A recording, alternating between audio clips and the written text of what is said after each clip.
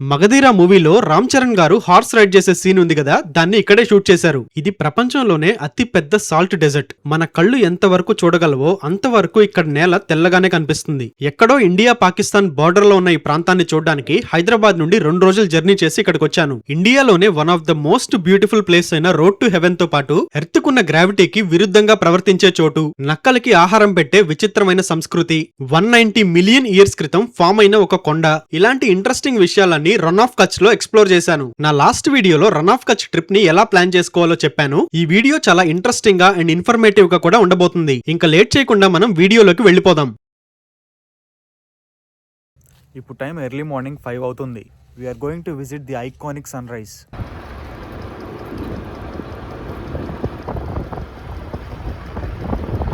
నా లాస్ట్ వీడియోలో ఈ విలేజ్ లో ఒక గుడిసెలో స్టే చేస్తున్నట్టు చూపించాను కదా, అలా స్టే చేయడం కొత్తగానే ఉంది, కానీ లోపలున్న చలికి ఆ దోమలకి నరకం కనపడింది రాత్రంతా. నిన్న రాత్రే ఆ రూమ్ ఓనర్ తో అమౌంట్ అంతా సెటిల్ చేసేసుకున్నాను. ఎర్లీ మార్నింగ్ 5కే లేచి నా ప్రయాణం మొదలు పెట్టాను. ఇండియాకి కంప్లీట్ గా మనం వెస్ట్ సైడ్ ఉన్నాం కాబట్టి సన్ రైజ్ అండ్ సన్సెట్ రెండు లేట్ గానే అవుతాయి. నిన్నంతా బాగా అలసిపోవడం వల్ల, రాత్రి సరిగ్గా నిద్ర లేకపోవడం వల్ల మార్నింగ్ లేవడం చాలా కష్టంగా అనిపించింది. దారిలో వెళ్తుంటే ఇది కనపడింది. ఈ ఫెస్టివల్ కోసం ఎంత బాగా అరేంజ్ చేశారో చూడండి.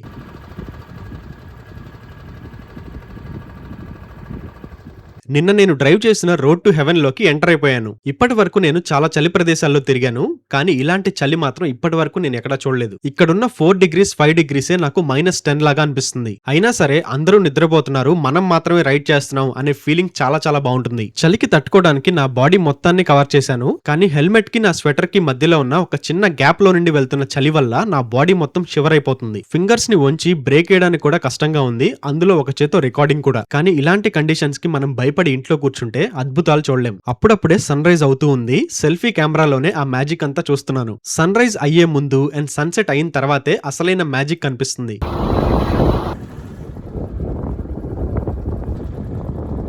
అక్కడ జరుగుతున్న సన్ రైజ్ ని మీకు బాగా చూపించాలి అని ఒక టైమ్ ల్యాప్స్ వీడియో రికార్డ్ చేస్తున్నాను, బట్ అది అంత మంచిగా రాలేదు. సన్ రైజ్ అయిపోయిన తర్వాత ఆ ల్యాండ్స్కేప్ ఎప్పుడు చూసినా ఒకేలా ఉంటుంది, కానీ ఆ సూర్యుడు పైకి వస్తున్నప్పుడే అసలైన బ్యూటీ ఉంటుంది. వైడ్ యాంగిల్లో ఎలా ఉందో చూడండి. ఇలాంటి మూమెంట్స్ కోసమే నేను ట్రావెల్ చేస్తాను.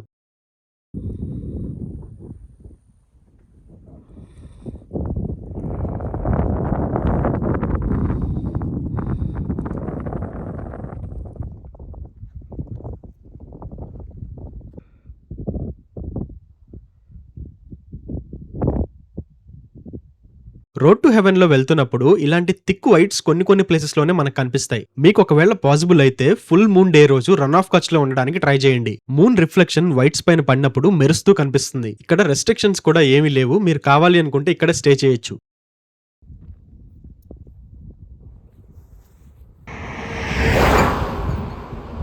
ఈ ఫుటేజ్ అంతా నేను తెచ్చుకున్న ట్రైపాడ్ తో రికార్డ్ చేస్తున్నాను.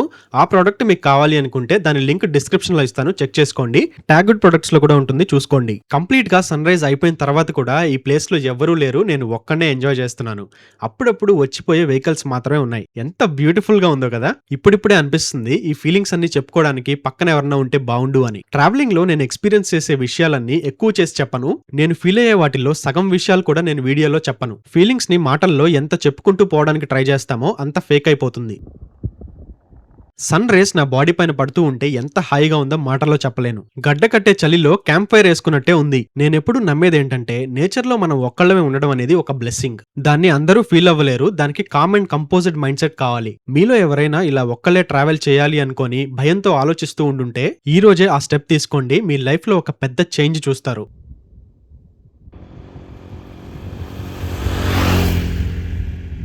ఫ్యూచర్లో ఇంకా ఎన్ని ప్లేసెస్ చూస్తానో తెలియదు, కానీ రోడ్ టు హెవెన్లో నేను ఫీల్ అయింది మాత్రం ఎప్పటికీ మర్చిపోలేను.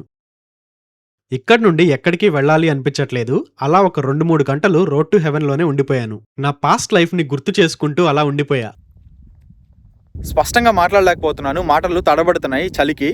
దాదాపు 1 గంట నుండి ఇక్కడే ఉన్నాను. 1-2 వెహికల్స్ తప్ప ఎవరు లేరు ఇక్కడ. రోడ్ త్రూ హెవెన్ లో ద బ్యూటిఫుల్ సన్ రైజ్.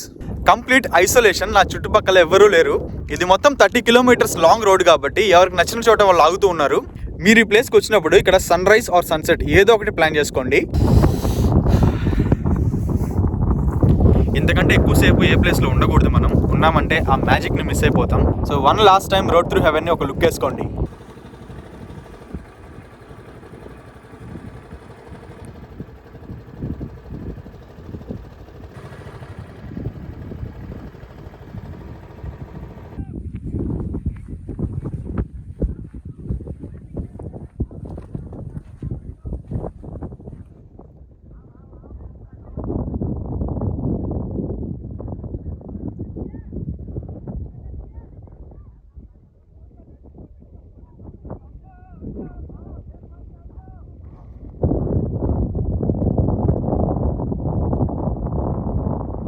అక్కడ దూరంగా కనిపిస్తుంది కదా, అక్కడ లోకల్ కల్చర్ కి సంబంధించిన డ్రెస్సెస్ ని మనం ట్రై చేయొచ్చు. లోపలికి వెళ్ళి మనం కూడా ఒకసారి చూద్దాం.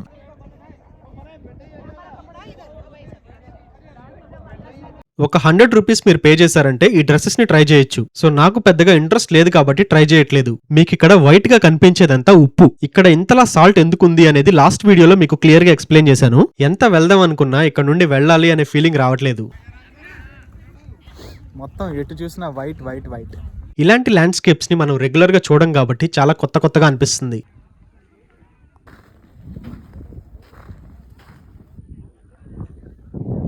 ఇలా ప్రశాంతంగా ఒక చోటు ఉన్నప్పుడు మనకి 100 ఆలోచనలు వస్తాయి. ఆ 100 ఆలోచనల్లో నాకు వచ్చే ఫస్ట్ ఆలోచన ఏంట్రా అంటే, నేనేనా ఇదంతా చేస్తున్నాను, నేనేనా ఇంత దూరం వచ్చాను అనిపిస్తుంది. వెరీ స్ట్రేంజ్, ఇలాంటి మ్యాజికల్ ల్యాండ్స్కేప్స్లో నేను ఒక్కడనే ఉండడం.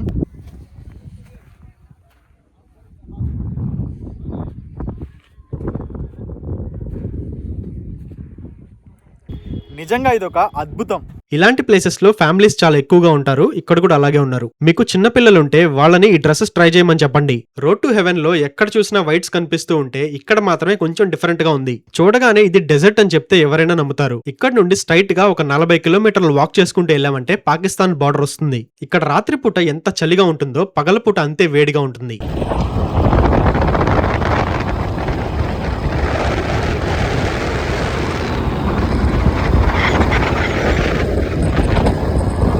ఒకవేళ మీరు బైక్ రైడర్స్ అయితే మాత్రం ఈ రోడ్ ని పిచ్చగా ఎంజాయ్ చేస్తారు. Undoubtedly one of the best roads in the country. Kutch లో నెక్స్ట్ నేను చూడబోయే ప్లేస్ కి స్టార్ట్ అయ్యాను. రోడ్ టు హెవెన్ ని వదిలేసి ఇంకా మనం వెళ్ళిపోయే టైం వచ్చేసింది.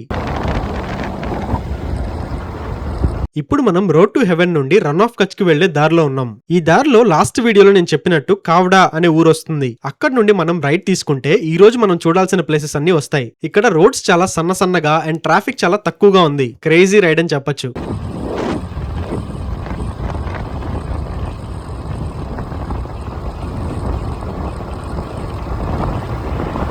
మార్నింగ్ బ్రేక్ఫాస్ట్ కూడా చేయలేదు. బాగా ఆకలిగా ఉంటే లంచ్ చేసేసాను.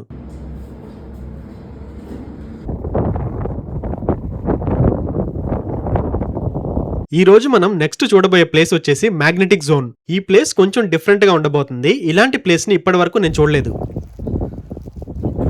మీకు ఎదురుగా ఒక కార్ కనిపిస్తుంది కదా, దాని ఇంజన్ ఆఫ్ లో ఉంది. వెనక ఎత్తుగా ఉన్నా కూడా ఆటోమేటిక్ గా ఆ కార్ వెనక్కే వెళ్ళిపోతుంది చూడండి. యూజువల్ గా మనం ఎత్తులో ఉన్నప్పుడు వెహికల్స్ ని న్యూట్రల్ లో పెడితే ఆటోమేటిక్ గా కిందకు వచ్చేస్తాయి. కానీ ఇక్కడ దానికి ఆపోజిట్ గా జరుగుతుంది. కలోట్ డూంగర్ వెళ్లే దారిలో మీకు మ్యాగ్నెటిక్ జోన్ అని ఒక ఏరియా వస్తుంది. ఈ పర్టికులర్ ప్లేస్ లో మనకి ఎర్త్ గ్రావిటీ అనేది పనిచేయదు. యాంటీ గ్రావిటీ జోన్ అంటారు దీన్ని. వినడానికి కొంచెం విచిత్రంగానే ఉంటుంది, బట్ నమ్మాలి. ఇది నిజమో కాదో మనం ఒకసారి ట్రై చేసి చూద్దాం. నా బైక్ ఇంజన్ ఆఫ్ చేసేసాను. చూడండి, దానికై అదే ముందుకి ఎలా వెళ్ళిపోతుందో. మన ముందు ఎత్తుంది, వెనక డౌన్ ఉంది. అయినా కూడా ఎత్తు వైపు ఎలా వెళ్తుందో చూడండి. ఈ ప్లేస్ గురించి ముందే తెలుసుకున్నాను కాబట్టి నాకు పెద్దగా సర్ప్రైజింగ్ గా అనిపించలేదు. కానీ నన్ను ఏదో లాగుతున్న ఫీలింగ్ అయితే ఉంది. నేను బ్రేక్ ప్రెస్ చేయకుండా దాన్ని బ్యాలెన్స్ చేయడానికి ట్రై చేస్తున్నాను. చాలా క్లియర్ గా బండి ఎత్తు వైపు ఎలా వెళ్తుందో చూడండి. మ్యాగ్నెటిక్ జోన్ నుండి నెక్స్ట్ మనం కాలా డూంగర్ అనే ఒక ప్లేస్ కి వచ్చాం. మనం ఆగిన మ్యాగ్నెటిక్ జోన్ నుండి ఒక 5 కిలోమీటర్ల దూరంలో ఈ ప్లేస్ ఉంటుంది. ఇదొక చిన్న కొండ అన్నమాట. ఈ పైకి వెళ్ళాలి అంటే మనం వాక్ చేసుకుంటూ వెళ్ళాలి, లేకపోతే క్యామెల్స్ ఎక్కేసి వెళ్ళాలి. నేనైతే నడుచుకుంటూనే పైకి వెళ్తున్నా. ఈ కొండపైకి ఎంట్రన్స్ ఇది. ఇక్కడ దత్తాత్రేయ స్వామి గుడితో పాటు ఒక హనుమాన్ మందిర్ ఉంటుంది. ఇక్కడున్న దత్తాత్రేయ స్వామి టెంపుల్ కి 400 ఏళ్ల చరిత్ర ఉంది. ఇది చూడ్డానికి ఇక్కడికి చాలా మంది వస్తారు. ఇక్కడ నక్కలకి ఆహారం పెట్టే ఒక కొత్త ఆచారం ఉంది.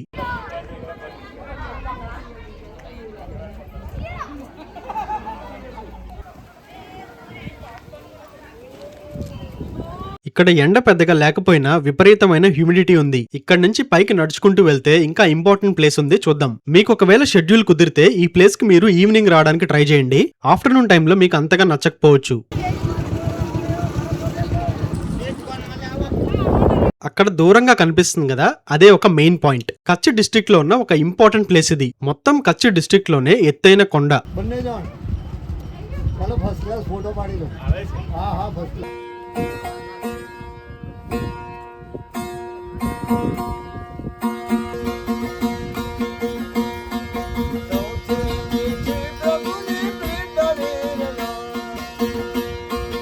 గుజరాతీ మ్యూజిక్ బాగుంది కదా.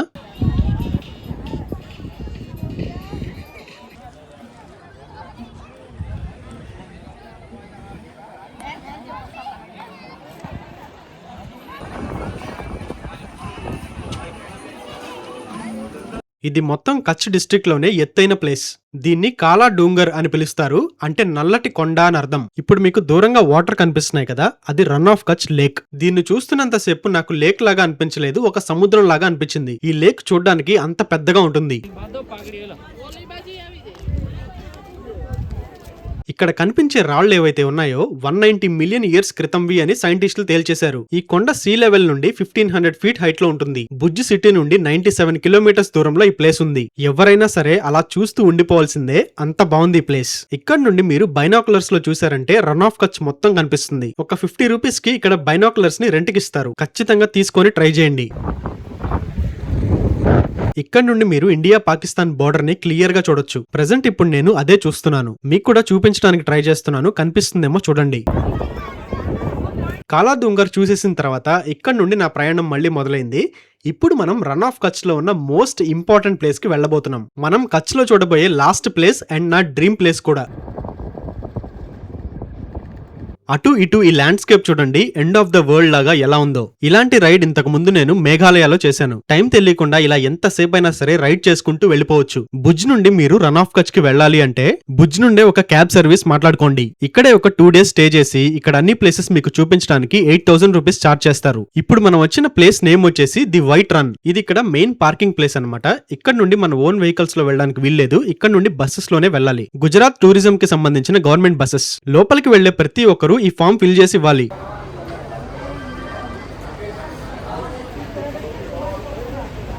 ఇప్పుడే బస్ ఎక్కేశాను. కొంచెం సేపు వెయిట్ చేశాక నా టైం వచ్చింది. ఇక్కడ నుండి ఒక 3 kilometers బస్ లో జర్నీ చేశాక ది వైట్ రన్ వస్తుంది. నవంబర్ టు ఫిబ్రవరి మధ్యలో ఇలా ఎక్కడ చూసినా మీకు స్టేకేషన్స్ కనిపిస్తాయి. కచ్ ని ఎంజాయ్ చేయాలి అనుకుంటే ఇదే మీకు బెస్ట్ టైం. ఈ పర్టికులర్ ప్లేస్ లో నాకు ఇండియాలో ఉన్న ఫీలింగ్ కలగట్లేదు. నాకు కూడా అలాగా క్యామెల్ రైడ్ చేయాలనుంది. చూద్దాం. రన్ ఆఫ్ కచ్ ట్రిప్ కి ఎంత బడ్జెట్ అవుతుంది అని మీకు లాస్ట్ వీడియోలో నేను చెప్పలేదు కదా. హైదరాబాద్ నుండి రన్ ఆఫ్ కచ్ కి ట్రైన్ లో రావాలి అనుకుంటే అట్లీస్ట్ 5 days ఈ ట్రిప్ కోసం మీరు పెట్టుకోవాల్సి వస్తుంది. ఎంత తక్కువ బడ్జెట్ లో ఈ ట్రిప్ ని మీరు ప్లాన్ చేసుకున్నా సరే అట్లీస్ట్ 12,000 రూపీస్ పర్ హెడ్ అవుతుంది. ఈ సీజన్ లో హోటల్ కాస్ట్స్ ఎక్కువగా ఉంటాయి అండ్ 5 days మీరు జర్నీలో ఉంటారు కాబట్టి అట్లీస్ట్ 12,000 రూపీస్ ఖర్చు అవుతుంది. మీకు డీటెయిల్డ్ గా బడ్జెట్ ని డిస్క్రిప్షన్ లో మెన్షన్ చేస్తాను, చూడండి. ఈ ట్రిప్ గురించి మీకు ఇంకా డౌట్స్ ఏమన్నా ఉంటే నన్ను ఇన్స్టాగ్రామ్ లో అడగండి, ఖచ్చితంగా చెప్తాను.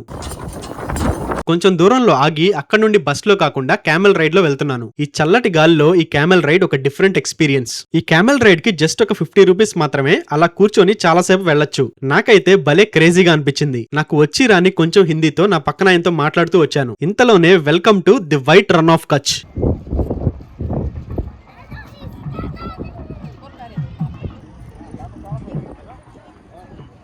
మనకంటే ముందే ఎంతమంది వచ్చేస్తున్నారో చూడండి. ఎంతమంది వచ్చినా పర్లేదు, ఈ వైట్ రన్ ఆఫ్ కచ్ అనేది 7500 స్క్వేర్ కిలోమీటర్స్ లో స్ప్రెడ్ అయి ఉంటుంది. ఊహించుకోండి ఇది ఎంత పెద్దదో. మీరు ఎంత దూరం వెళ్తున్నా సరే అలా వస్తూనే ఉంటాయి ఈ ఎండ్లెస్ వైట్స్. ఇలాంటి ఒక ప్లేస్ మన ఇండియాలో ఉన్నందుకు గర్వపడాలి.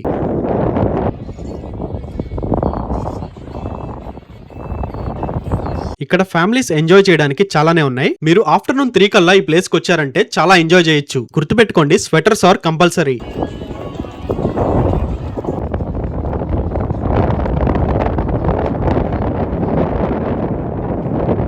అక్కడ దూరంగా ఒక చిన్న ఈవెంట్ జరుగుతుంది. అక్కడ కొన్ని కల్చరల్ యాక్టివిటీస్ ప్రదర్శిస్తారు. ఈ ఎడారి ప్రాంతంలో ఫార్మింగ్ చేయడానికి పెద్దగా అవకాశం లేదు కాబట్టి ఇక్కడ ప్రజలందరూ మోస్ట్లీ టూరిజం పైనే డిపెండ్ అయి ఉంటారు. కాబట్టి ఇలాంటి ప్లేసెస్ కి వచ్చినప్పుడు వాళ్ళకి ఎంతో కొంత డబ్బులు ఇవ్వడం మర్చిపోకండి. ఎందుకు ఈ మాట చెప్తున్నాను అంటే ఇలాంటివి మనం ఎంకరేజ్ చేయకపోతే వాటికి అవే అంతరించిపోతాయి.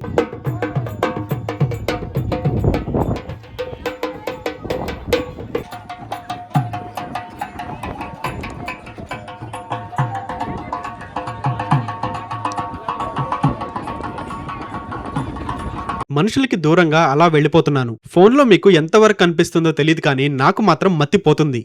చూస్తున్నారు కదా the great run of Kutch. ఒక్కసారి అది చూడండి, ఎండ్లెస్ వైట్స్ అంతే. ఇంకా నిజంగా చాలా చాలా కొత్తగా అనిపిస్తుంది. ఇంకా ఎటు చూసినా మొత్తం వైట్సే ఉంటాయి. అక్కడ అన్ని యాక్టివిటీస్ ఉన్నా కూడా ఒక మంచి వ్యూ ఇచ్చే కిక్ ఏది ఇవ్వదు ఈ ప్రపంచంలో.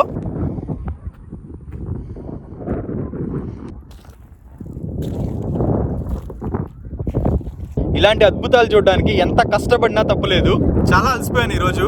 గూగుల్లో మీరు టెంట్ సిటీ అని టైప్ చేస్తే చాలు అన్ని డీటెయిల్స్ వస్తాయి. మీరు బైక్ రెంటల్ తీసుకొని ఎక్స్ప్లోర్ చేయాలి అనుకుంటే, నేనంటే కొంచెం మొండోండి కాబట్టి మొత్తం లాగిచ్చేసాను. ఒకసారి ఆలోచించుకోండి వచ్చే ముందు. భుజ్ నుండే మీకు రన్ ఆఫ్ కచ్ ప్యాకేజెస్ అవైలబుల్గా ఉంటాయి. పర్సనల్లీ రన్ ఆఫ్ కచ్ నాకైతే చాలా చాలా నచ్చింది. ఎంతైతే కష్టపడ్డానో నేను అంతే హ్యాపీగా ఉన్నాను ఇప్పుడు. ఇక్కడికి వచ్చే ముందు ఒక తెలుగు ఫ్యామిలీ పరిచయం అయ్యారు. అదేంటో మన వాళ్ళు ఎక్కడ చూసినా ఉంటారు. ఒక పక్క మీతో మాట్లాడుతున్నాను, నాకు మాత్రం ప్రాణమంతా ఆ సన్సెట్లోనే ఉంది.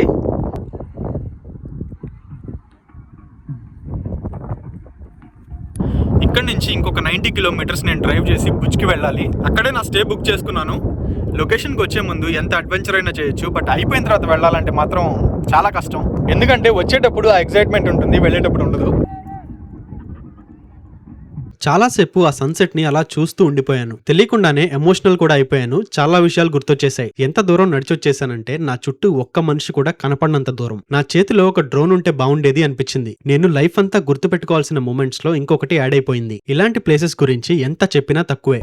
మనందరం మగధీర మూవీ చూసాం కదా, దాంట్లో కొన్ని సీన్స్ ని ఇక్కడే షూట్ చేశారు. అంతేకాదు చాలా ఇండియన్ మూవీస్ ఇక్కడే షూట్ చేశారు. ఇలాంటి ప్లేసెస్ గురించి మన తెలుగు వాళ్ళకి బాగా రీచ్ అవ్వాలంటే ఈ వీడియోని షేర్ చేయండి. అప్పుడప్పుడు నాకు ఫన్నీగా అనిపించేది ఏంటంటే, ఇన్ని కిలోమీటర్లు నేను స్కూటీలో వస్తున్నాను కదా, దాన్ని చూసి అందరూ ఆశ్చర్యపోతున్నారు. లోపల చాలా చాలా హ్యాపీగా ఉంది, చాలా చాలా సాటిస్ఫైడ్ గా ఉన్నాను. ఇప్పటికే 6:30 అయిపోయింది. ఇక్కడ నుండి బయలుదేరిపోతున్నాను. సన్సెట్ అయిపోయిన తర్వాత స్కై ఎలా ఉందో చూడండి. పైన పింక్ అండ్ ఆరెంజ్ కాంబినేషన్ లో ఉన్న స్కై, అండ్ కింద చూస్తే ఎండ్లెస్ వైట్స్. ఇక్కడ నుండి నేను భుజ్ వరకు వెళ్ళాలి అంటే 90 కిలోమీటర్స్ డ్రైవ్ చేయాలి. అందులో చలి కూడా ఎక్కువగానే ఉంటుంది. వదిలి వెళ్ళబుద్దే కావట్లేదు ఈ ప్లేస్ ని.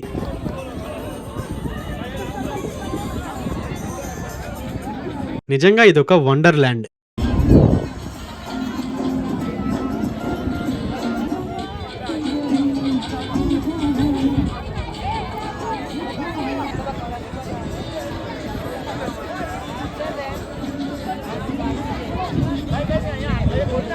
ఇప్పుడు మీరు చూస్తుంది లోకల్ కచ్ కల్చర్ కి సంబంధించిన ఏవి. ఇంట్రెస్టింగ్ గా ఉంటుంది, చూడండి. और इसी रण के मनोबल का जश्न मनाती हूँ मैं भूमि।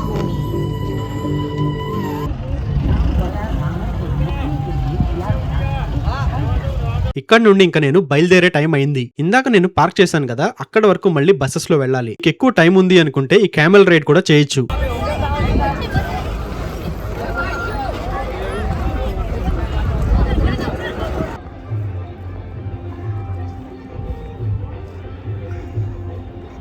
రన్ ఆఫ్ కచ్ లో మీరు స్టే చేయాలి అనుకుంటే టెంట్ సిటీ అని ఒక ప్లేస్ ఉంటుంది. ఈ ప్యాకేజెస్ ని మీరు భుజ్ లోనే మాట్లాడుకోవచ్చు. మీరు కల్చర్ ని బాగా ఎక్స్ప్లోర్ చేయాలి అనుకుంటే టెంట్ సిటీలో స్టే చేయొచ్చు. ఇక్కడ నుండి చలిలో అట్లీస్ట్ ఒక 3 గంటలు నేను జర్నీ చేయాల్సి ఉంటుంది. ఇక్కడతో ఈ వీడియోని ఎండ్ చేస్తున్నాను. ఇక్కడతో నేను గుజరాత్ ఎక్స్ప్లోర్ చేయడం అయిపోయింది. ఇక్కడ నుండి నేను రాజస్థాన్ వెళ్ళబోతున్నాను. నా నెక్స్ట్ వీడియోలో రాజస్థాన్ లోని ఒక సూపర్ ప్లేస్ ని మీకు చూపించబోతున్నాను. ఆ వీడియో చాలా చాలా ఇంట్రెస్టింగ్ గా ఉంటుంది. ఇప్పుడే నేను రివీల్ చేయాలి అనుకోవట్లేదు, వెయిట్ ఫర్ ఇట్. ఇంతటితో అయితే ఈ వీడియోని ఎండ్ చేస్తున్నాను. నెక్స్ట్ వీడియోలో తప్పకుండా కలుద్దాం.